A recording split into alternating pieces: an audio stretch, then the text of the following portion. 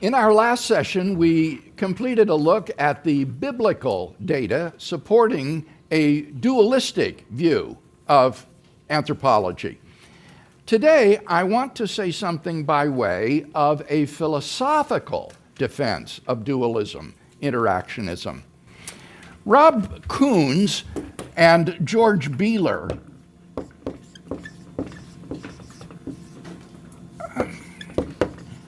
in their book, The Waning of Materialism, have pointed out that the physicalist view of the mind has been waning in recent years among professional philosophers.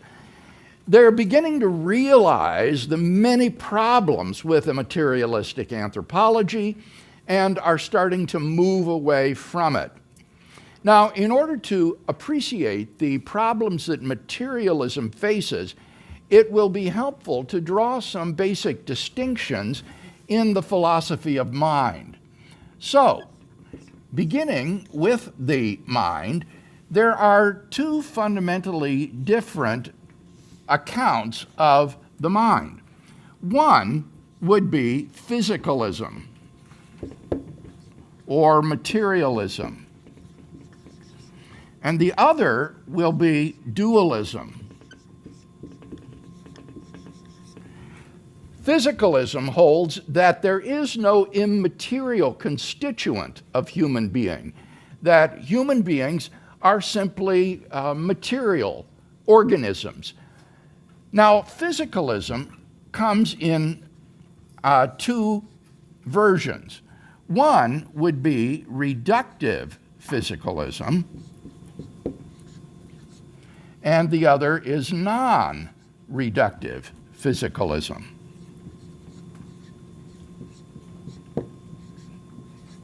Reductive physicalism and non-reductive physicalism. Reductive physicalism holds that mental states are identical to physical brain states. So far as the mind is concerned, there is just the brain and its physical states.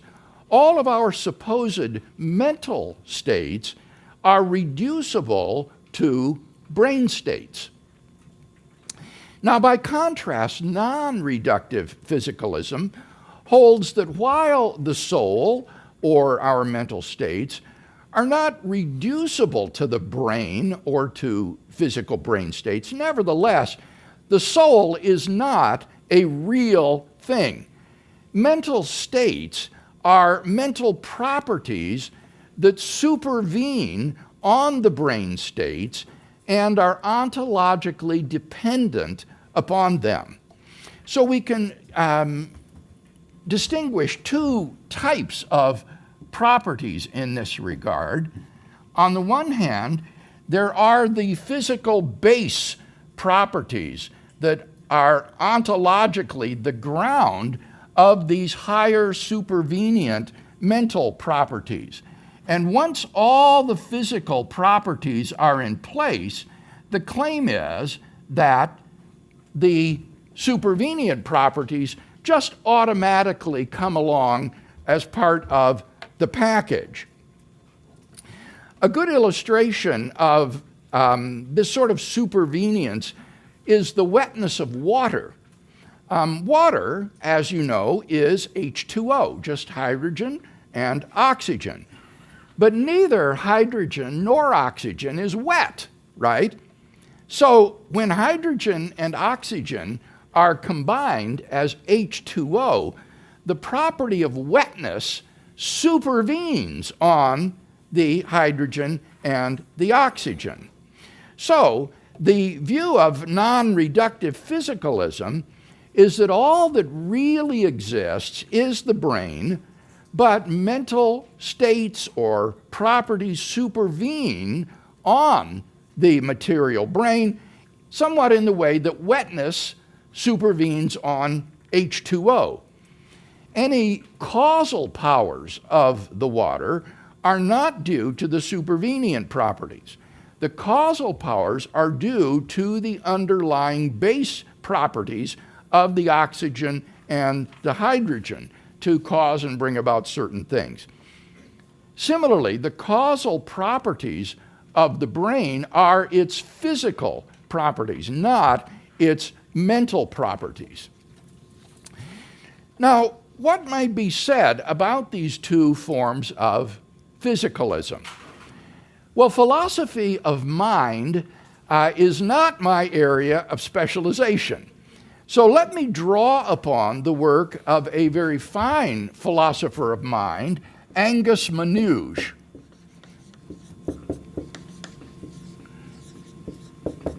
And his paper, Why Not Physicalism? Manouche lists several problems confronting a materialist or physicalist philosophy of mind. Manouche says, and I quote, reductive or eliminative forms of physicalism fail to account for our mental lives. But the varieties of non-reductive physicalism also fail to account for mental causation. If these non-reductive theories are faithful to physicalism, then supervening or emerging mental properties cannot add anything new that was not going to happen anyway as a result of their physical base properties. If we want to account for consciousness, mental causation, and reasoning, we need some entity over and above the body.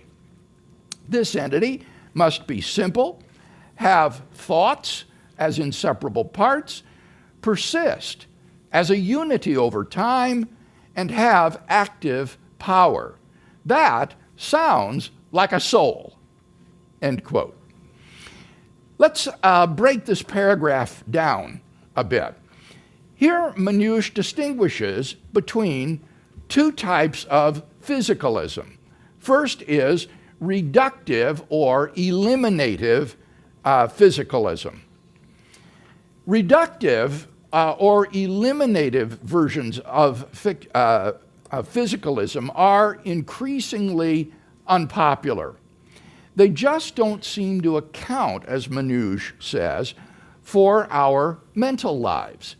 Because the brain, on this view, as a physical substance, has only physical properties, such as a certain volume, a certain mass, a certain density, a certain location, a certain shape, and so on.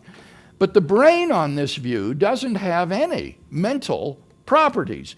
The brain isn't jubilant or sad. The brain isn't in pain. When your back hurts and you are in pain, it's not the brain that is in pain, even though the brain is involved in the neural circuitry that gives you the experience of pain. Reductive physicalism, therefore, cannot account for our mental lives. Take the phenomenon of fear, for example. When you have fear, undoubtedly there is brain activity that is correlated with the experience of fear. The dualist interactionist agrees with that. It's not as though the soul operates independently of the brain. Rather, there is an interaction with the brain in the experience of fear. But the brain itself isn't afraid. You can't reduce fear to a physical brain state, even though it is correlated with neural activity in the brain. So reductive physicalism is obviously untenable. It cannot be reconciled with our mental experience. Now, this has led many thinkers to affirm some sort of non-reductive physicalism. The brain gives rise to supervenient, or sometimes called epiphenomenal, states of awareness, like jubilance, or sadness, or pain. But there isn't anything, there isn't any soul or mind that has these properties.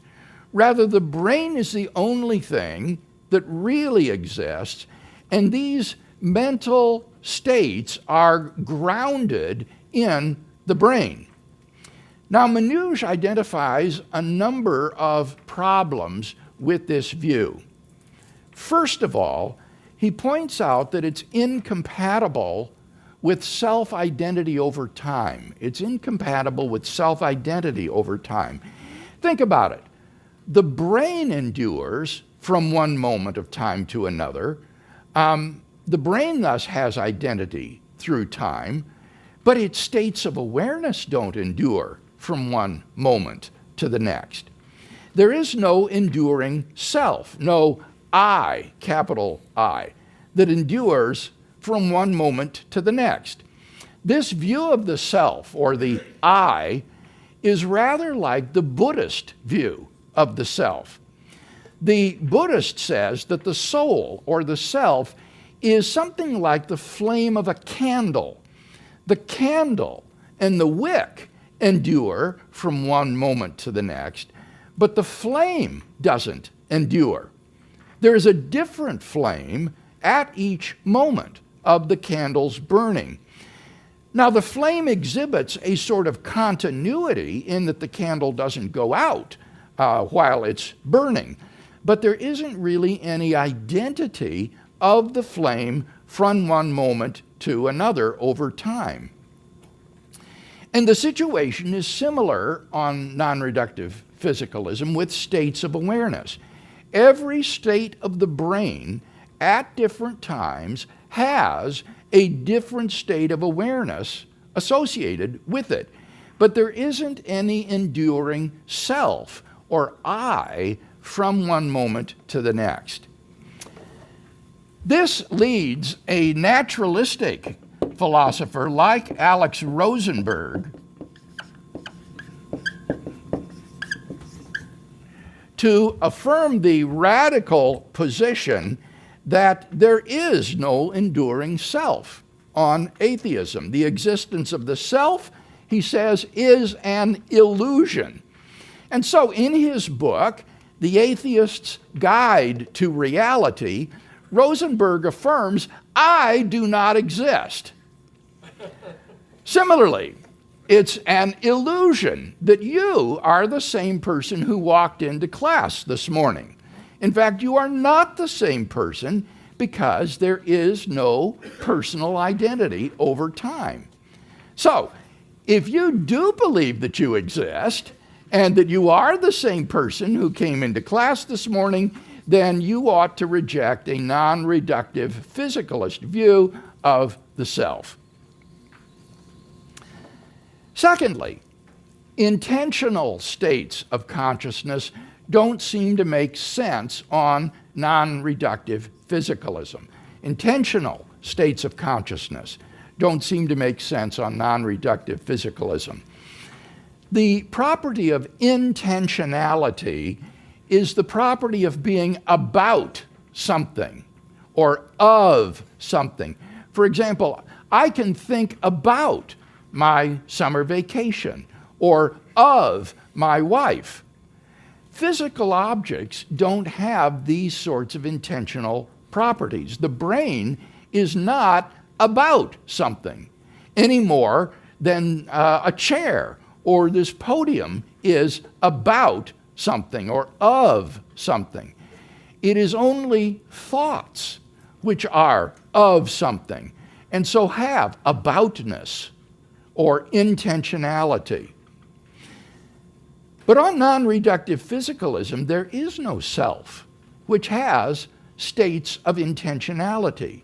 So, intentionality is, in effect, an illusion.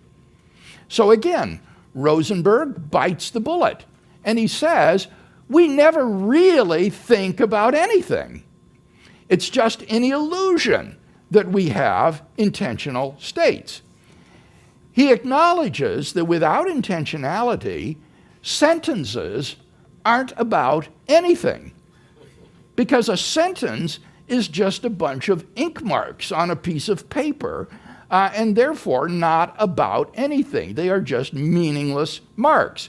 So he says that every sentence in his book is meaningless, including that sentence. He says, well, then what good does a book like this do? Why even write it?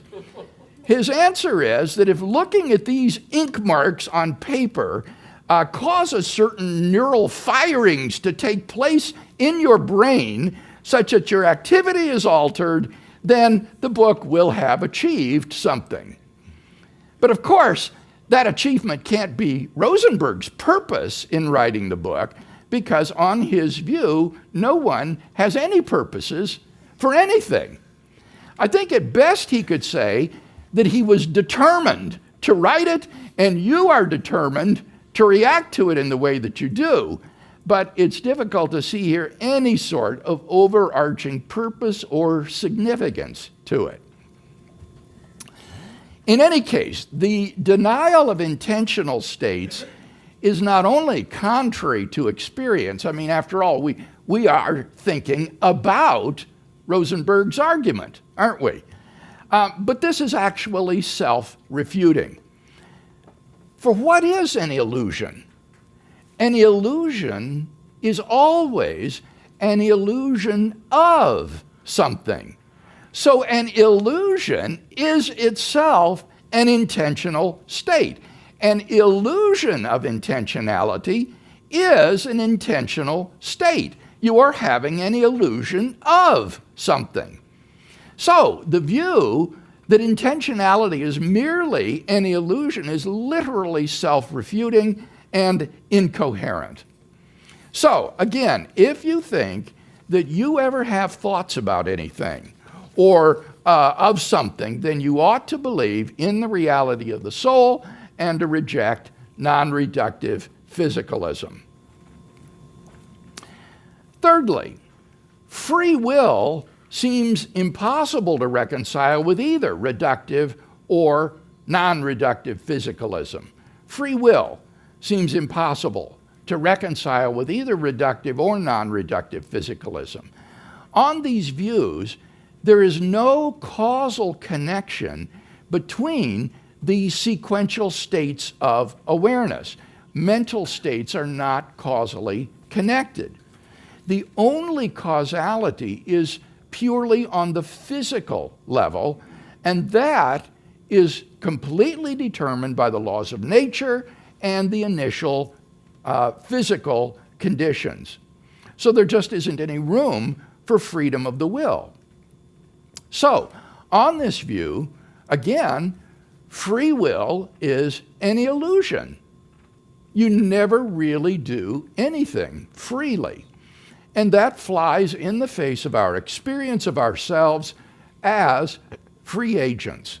I can freely choose to think about certain things or to freely do certain things. I'm not simply determined by my brain states. So, if you believe that you ever do anything freely, then you have good reason to believe in the reality of the soul and to reject these reductive and non-reductive views of physicalism. Manouche also points out that if we want to provide an account of reasoning, we need a soul. If there is no self, who reasons from premises to conclusions, then we are just like a pocket calculator, which is such that when you press the buttons 2 plus 2 and then hit the equal sign button, the calculator reads 4. But the calculator doesn't reason to arrive at that conclusion. There's no reasoning going on there at all. It's just electronic circuitry firing. So again, if you think that you ever reason to arrive at a conclusion, then you ought to think that you are more than just a moist robot. That in fact, you are a self who does this reasoning. Finally, fourthly, the last phenomenon that Manouche points to is mental causation. Mental causation. Notice that on these non-reductive physicalist views, the only arrow of causation is from brain states to brain states, represented by B, and the causal connection by the arrow, and from brain states to correlated mental states, represented by the letter M.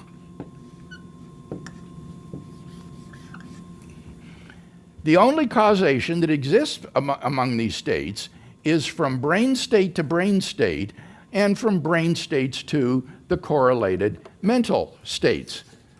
But the epiphenomenal mental states themselves don't cause anything. There are no causal connections between the mental states, nor do they have a sort of reverse causation on the brain states.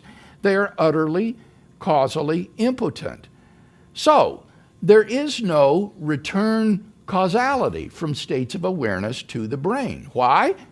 Because there is nothing there. There is no soul. There is no mind that can exert a causal influence on the brain. So on this view, the arrow of causality goes only in one direction, from the brain to these epiphenomenal states, as well as from physical brain state to brain state. And this is incompatible with my introspective grasp of my ability to cause things. I can cause my arm to go up. I can raise my arm by thinking about it. I can do other things through thinking and therefore bring about causal effects. Manouche also discusses the fact of what's called neuroplasticity, according to which thinking can actually affect the brain. If you think in certain ways, it produces brain effects. There is even a kind of cognitive therapy that in some cases is more useful than drugs in changing people's behavior. If you can alter the way that the patient thinks about something, this will affect the patient physiologically. It will actually bring about different brain states through thinking. This seems to me highly significant because in his book, Rosenberg says that if you find all of this depressing, that there is no self, there is no identity over time, there is no intentionality, there is no free will, if you find that all very depressing, he says, well, there's always Prozac. He's serious. What else would a materialist say? He says, take drugs. If you take brain-altering drugs, then you'll feel better. Now, just how sinister that advice is, I think, is shown by Manouche's point that we don't always need to resort to drugs. Sometimes there are cognitive therapies whereby changing your thinking, you can actually alter the brain and get better. So, in all of these ways, it seems to me that Manouche is right, that we ought to reject these physicalist views in favor of some sort of dualism interactionism. That is to say, we are composites of soul and body. And the soul and the body together, in particular the brain, work together to think. Any discussion about any of those points? It seems interesting that the discovery of things like neuroplasticity would, that seems to lend more evidence to something like the soul, the causal impact of the soul. And yet you see, simultaneously a pull in the direction of physicalism from the philosophical yes, though as I say, physicalism is not as popular as it used to be. The point of Kuhns and Bieler is that a good many thinkers today are challenging physicalism. And this neuroplasticity would be just one piece of the evidence. Speaking broadly and about this and about the nature of man, it certainly seems that, and I'm generalizing, that to define man, we have to find out what separates us from the other animals or creatures or other things, right? That's part of definition in philosophy. And so where I come from is that man has a mind and a rational faculty, that Yes. has the ability to reason. There's another view, what I would have called the biblical view, that he was the only one inspired or God breathed. Right, that God breathed life into him, and I don't know how that translates into our having a mind and the ability to do math or chemistry. But why is there such a concerted effort to turn that off and come up with ridiculous statements? I mean, it seems like Rosenberg went out of his way to be ridiculous, and it's because he's abandoned reason. Why is that? Why can't you just, why have they not said, okay, we can look at logic and reason and embrace it? That's a great question. I think that probably dualism is typically associated with theism. A dualistic view of human beings as composed of body and soul fits much more comfortably in a theistic worldview than in a naturalistic worldview. And so that's why Rosenberg says that his book is a guide to reality from the atheist view. He wants to show what reality looks like from atheist presuppositions. So if he were to change his view of the mind, he might be obliged to adopt theism, and that is something that he's probably not willing to do. Yes, as I said the other day when someone asked me whether or not, if I were an atheist, I would reject dualism, and I said I don't see how I could. It seems to me that these sorts of arguments are so powerful, and the positions that are alternatives are so incoherent and contrary to our experience that it would be more plausible to be an atheist and a dualist, even though that is a very uncomfortable fit. But and I think that view is becoming more popular, as I said. But nevertheless, the alliance between theism and the reality of the soul is such that admitting the reality and existence of the soul, of an immaterial soul, seems to open the door a crack for theism. Yes, Bruce. Just anecdotally, he could be asked, does he have a watch, or Rosenberg, does he have a watch, a calendar? Is he going to an event when he's going to debate you that he buys a plane ticket? It sounds very much like the argument that Krauss had when you debated him, that had the shirt that says 2 + 2 = 5 for very large values of 2. Yeah.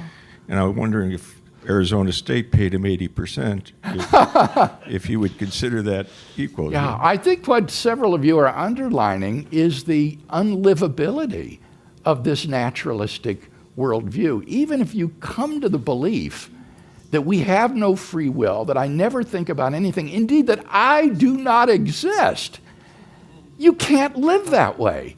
So every day you give the lie to your worldview. And I do think you're quite right about that, Bruce, that it's really unlivable. Yes, Cindy.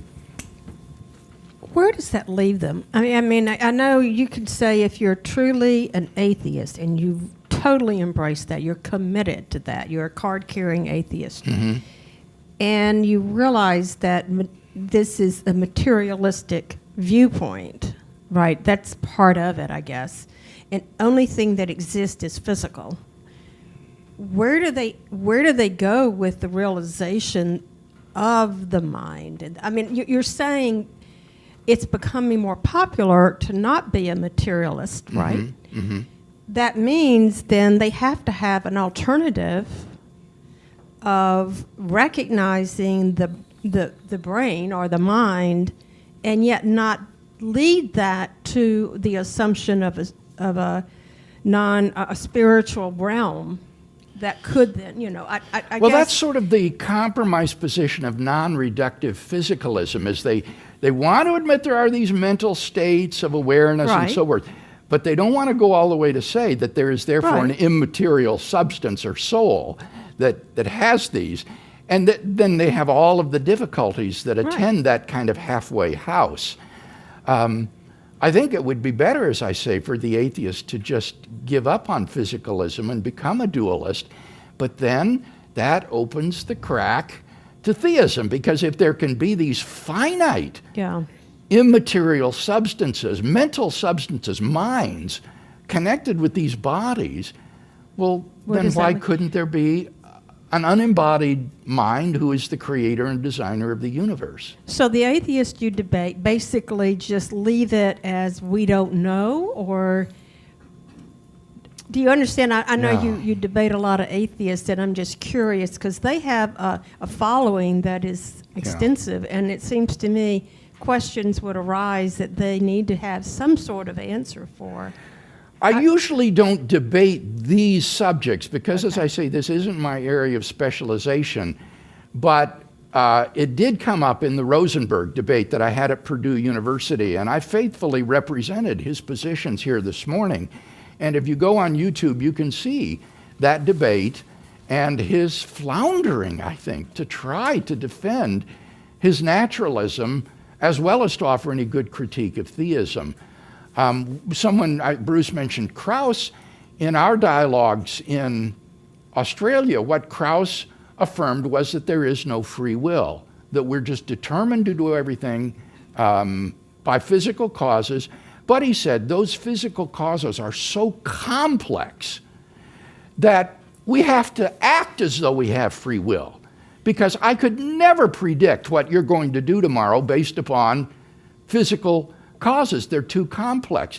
And as I pointed out to Krauss, that doesn't affirm that we really have free will. That's just to say we can't predict the outcome of these physical causes. But nevertheless, everything really is determined, and he agrees with that. Bill. Yes, And this Cash. might be one of those areas where, like Cindy said, they just flounder. But what would the materialists do with non-material things like rules of logic or mathematics that seem to exist outside of any material basis? Yeah, that's a tough one. It's very interesting that the leading naturalist and physicalist philosopher of the 20th century, Willard Quine at Harvard University, believed in the reality of abstract objects. So he said that modern science and the success of our scientific theory commits us to the reality of mathematical objects. And similarly, things like the truth of rules of logic and other things of that sort. So even though Quine was a naturalist, he was a Platonist and believed that there are these non-physical, transcendent, abstract objects that are essential to the truth of modern science. But how he could account for this sort of bifurcated view of reality, I don't know. He never did. Maybe it's one of those. Certain theists, like my colleague J.P. Moreland, have severely criticized Platonists who want to be atheists, because it's just as difficult to admit into your ontology these abstract objects, which are immaterial, transcendent things, as it would be to admit finite, immaterial substances called souls. So it's just one of those uncomfortable positions you refer Yeah, to. another one of these uncomfortable positions. I guess you know where I'm going with this. Why can't you just be a deflationist and a nominalist about abstract objects then? As an Well, atheist? that's what I would say you should do. That's my own view, is that I'm an anti-realist about abstract objects. Right, and you know. But he was asking about, I think, whether or not you could have a naturalistic view of reality and yet also affirm the reality of these immaterial things like souls. And I was Okay. just pointing out there's some precedents for that in these Platonists, but by no means is my suggesting that the atheist is committed to Platonism. Quite the contrary. I mean, but you think they can be committed to things like logic, as he mentioned, for example? Oh, yeah, I think that they could probably offer, as you say, an anti-realist view and a deflationary view of truth. I think that that's defensible. Okay, thank you. Now, if you're interested in these issues of free will and dualism, next week, while I'm away at Houston Baptist University teaching there, Jonathan is going to be teaching Defender's class on this subject. He's been studying free will, and so I am very much grateful for him substituting for me and standing in next week. So that would be a great follow-up to the lecture today, wouldn't you think? Good. All right, let's close then with a word of prayer. Thank you, Father, again for the chance to be together, to think about these most stimulating things. And we would just pray now as we go out into the work week that you would help us to walk with you, to honor you, and that by your Holy Spirit you would fill our lives to the glory of Jesus Christ, in whose name we pray. Amen.